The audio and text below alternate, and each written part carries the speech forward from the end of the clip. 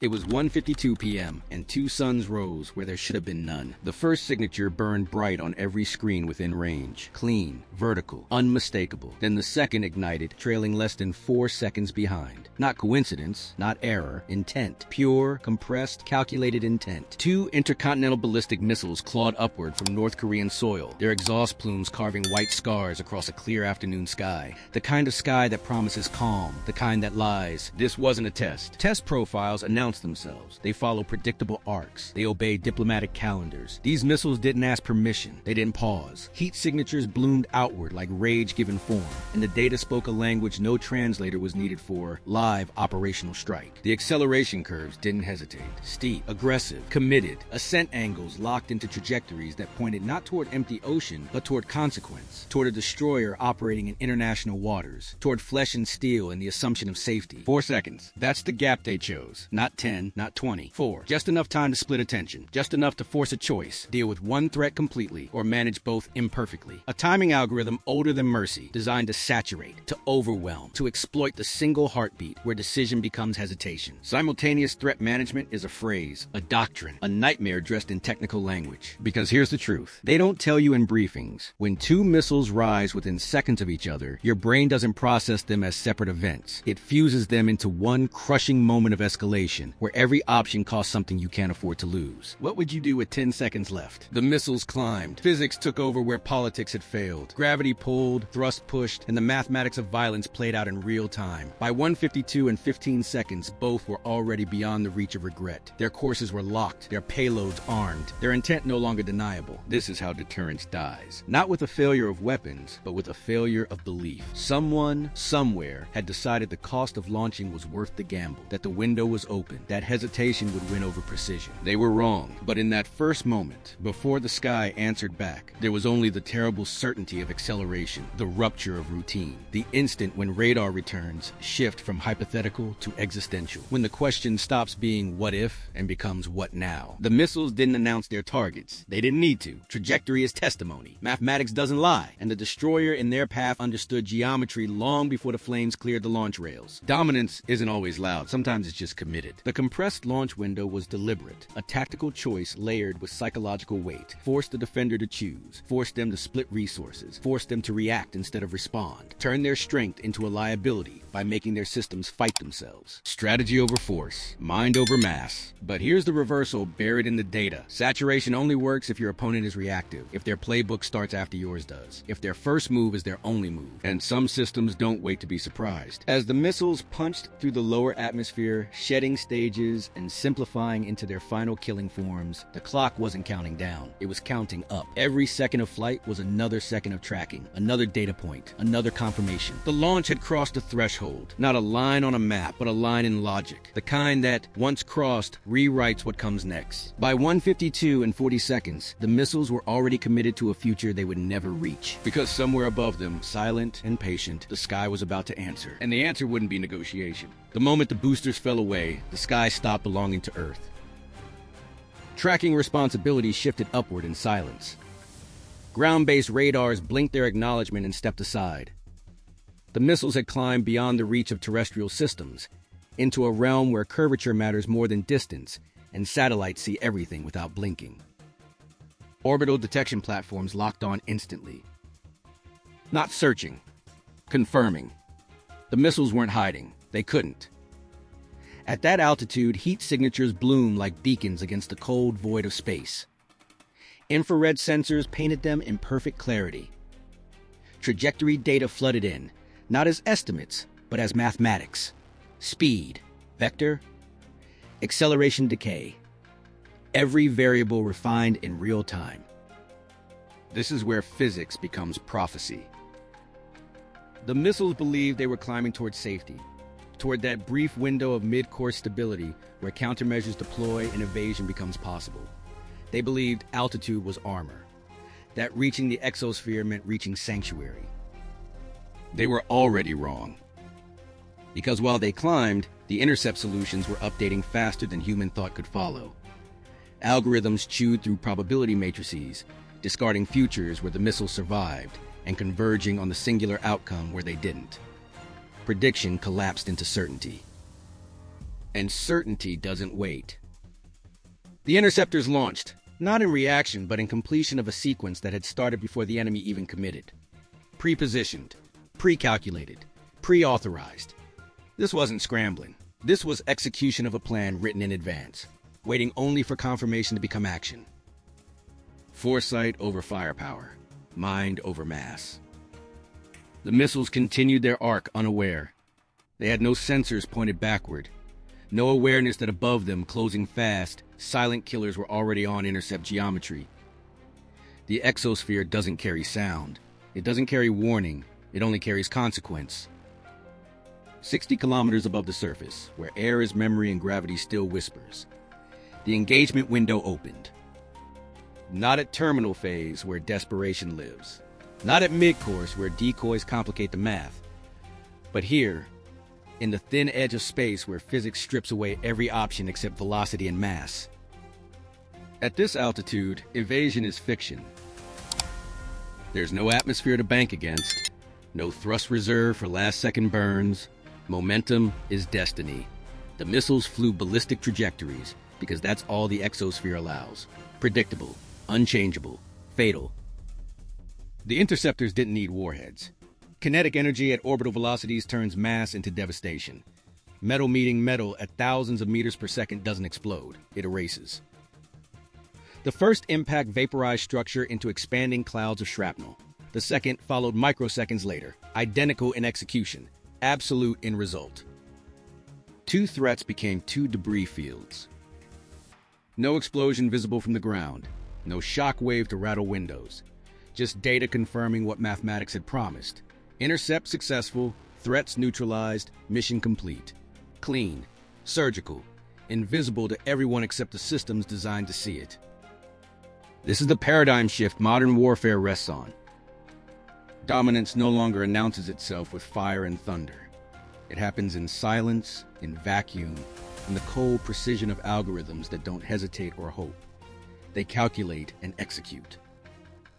The battle was won before the missiles reached apogee, before their designers ever dreamed they'd be used, before the decision to launch became irreversible.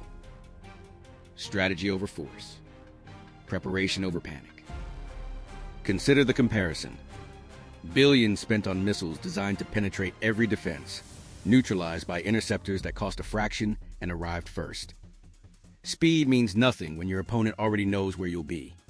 Power means nothing when precision removes you from existence. The missiles had climbed toward their destiny. They found it, just not the one intended. By the time debris began its slow fall back toward atmosphere, the engagement was already history. Telemetry confirmed what sensors had witnessed. 2 launches, 2 intercepts, 0 penetration. The sky had closed itself, seamlessly, leaving no evidence except wreckage that would burn away on re-entry. But here's the truth, buried in the data. Interception wasn't the message. It was the opening line. Because while the sky erased the missiles in silence, far below, another clock had started. One that didn't count seconds until impact, but seconds until consequence. The launch had revealed more than intent. It had revealed infrastructure, command nodes, authorization points, the entire architecture that made those 4 seconds of compressed launch timing possible. And systems that see missiles from orbit see everything else too.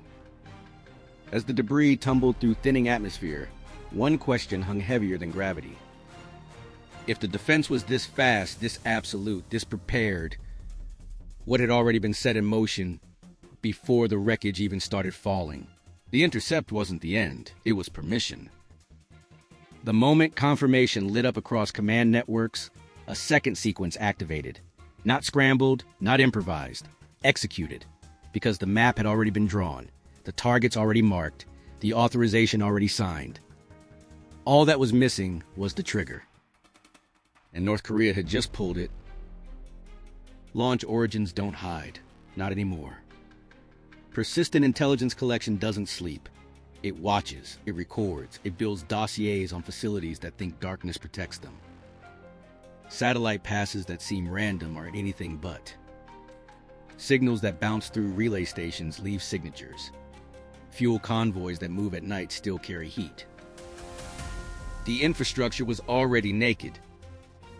Command centers buried under mountains, authorization nodes disguised as administrative buildings, fuel depots positioned near rail lines, maintenance facilities that never appear on maps but show up in power consumption data.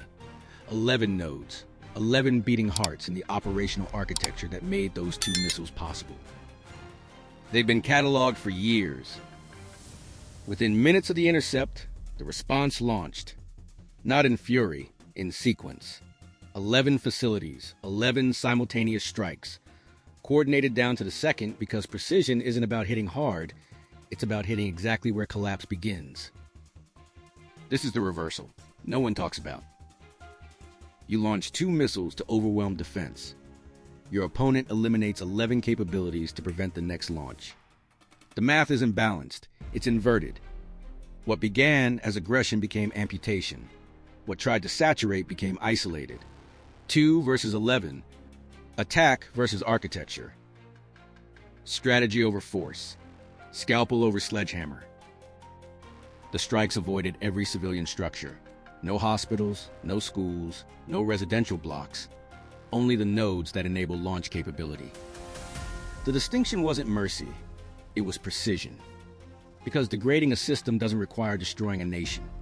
It requires removing the specific functions that make threat possible. Command authorization, severed. Fuel logistics, ruptured. Operational readiness, erased. This is where modern conflict lives now, in the silent dismantling of capability while the world never hears the hammer fall. No mushroom clouds, no firestorms, just facilities going dark in sequence, their functions evaporating as targeting data proves more valuable than explosive yield. The turning point came in the minutes after. Systems tried to reroute, backup protocols activated, contingency plans unfolded, but contingencies only work if the alternatives still exist. When 11 nodes vanish simultaneously, redundancy becomes myth. The network doesn't fail gracefully, it fragments. Authorization can't flow through channels that no longer connect. Fuel can't reach missiles that have nowhere to be fueled. The ICBM operational architecture didn't collapse, it decomposed.